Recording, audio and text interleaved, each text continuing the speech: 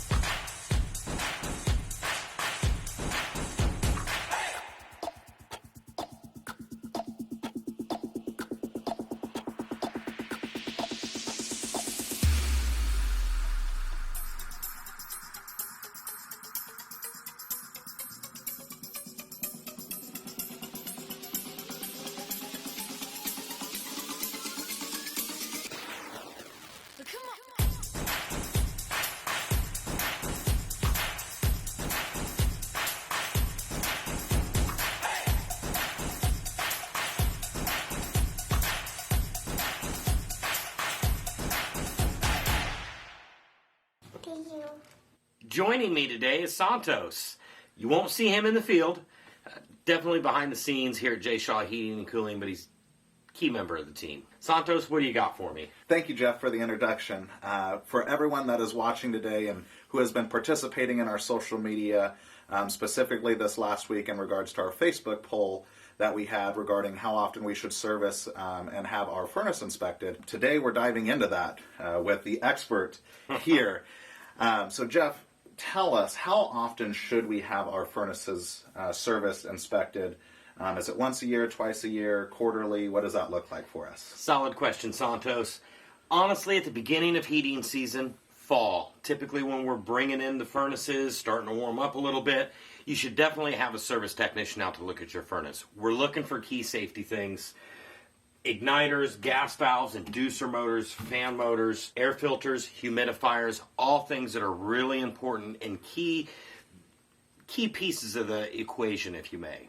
Awesome. So 2 years, twice a year? Twice a year. Twice Perfect. a year is good. Yep. Perfect. You know, we run them at the beginning of the year. As we get into January and February, it gets really cold. These things are putting in double duty, running nonstop for some of you. That could be a good thing. That could be a bad thing. You won't really know until I get in there to take a look at it. Another question that I saw, that I've seen popping up all week actually, is what is the life expectancy of these machines? Obviously, you know, we have all sorts of different types of heating available here in the Midwest. We have propane, natural heat. You know, what does that look like for these machines? Sure. So with natural gas, you don't really, the manufacturer gives you a 15 to 20 year life expectancy. If you're running those on propane, or what some of you may call LP, that dramatically reduces that down to around a 10 to 12 year period for those furnaces. Alrighty, Jeff, so we hit on propane. What does it look like for electric furnaces and boilers? Absolutely. So your electric air handlers, they look a little different than this, folks. You know, you've got them out there. They're usually paired with a heat pump. Not a lot to really go wrong in there, but there is some electrical components that do need to be checked. There are safeties that do need to be checked in them. And the same goes for your boilers as well. We need to make sure that you have PRVs, your pressure reducing valves, you've got water flowing like it's supposed to. And once again, we're looking for those carbon monoxide leaks. That's a big one. Alrighty, moving along, Jeff. When you're running a service call, what are some of the things that you see that leave individuals with a broken down furnace on a bitterly cold night? They wake up in the morning and they're in a cold house. Absolutely. The most common thing I'm seeing, air filters. Okay. Air filters need to be changed on a regular basis. We're not always good about that.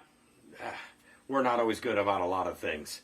This particular component, responsible for shutting down the furnace if it gets too hot, it had actually failed. And in that failure, it actually failed in an open position. It failed the wrong way, allowing the furnace to get too hot, potentially melting the house down. Alrighty. Anything else that we see with common overheating as a furnace? You know, flame sensors, Santos, those are a real particular one. They can be cleaned. They should be replaced on a regular basis, but they can be cleaned. This is another one of those that will allow the furnace to run for a certain amount of time and then not run in the most inopportune time. Any other, boards heating, anything like that Sure. that you see? Sure. When we're inspecting these furnaces, this particular board that I pulled out on a furnace, it had actually had a fire on the board, and the homeowner had never known. I'd asked them if they'd smelled any wires, if they'd smelled anything burning. They had not. Had we not caught this, it would have definitely reared its ugly head on probably the coldest night of the year. All right, Jeff. Any other components that you frequently see that just, create true safety hazards in a furnace? Sure, I've got a couple different ones here. Not so much of a hazard as it is just a nuisance. The igniter on your furnace. They get worn, they get marked. Sometimes they get a crack and they'll still work for a limited amount of time. When these things go, real inconvenient. Some of the other things I've ran into, slow-acting gas valves. This particular one on the lady's furnace, it was working, but it wasn't always working. Sometimes it would light, sometimes it wouldn't let the gas through. Hard one to catch. Alrighty, and then earlier you had hit on the fact that there were issues with propane and that being corrosive. Do you have any examples of faulty Absolutely. equipment? These burners here came out of a furnace here recently. You can see the rust on the burners. What it actually was allowing to do is the gas travels across that burner. It was allowing the gas to seep out. So when this furnace would light, that flame would come charging out. Definitely a safety issue that needed to be checked on and wasn't. Alrighty, well thank you so much for showing me around today. There you have it, folks. As you can see, there's a lot that needs to be checked in your furnace. We didn't even uncover half of what really goes on. Service technicians have specialty tools, meters, gauges we can check inside your furnaces with cameras. We've got meters that check the carbon monoxide. There's so many other things that we just didn't have the time to capture here. So please, give us a call, 635-0474, and get us out there to look at your furnace.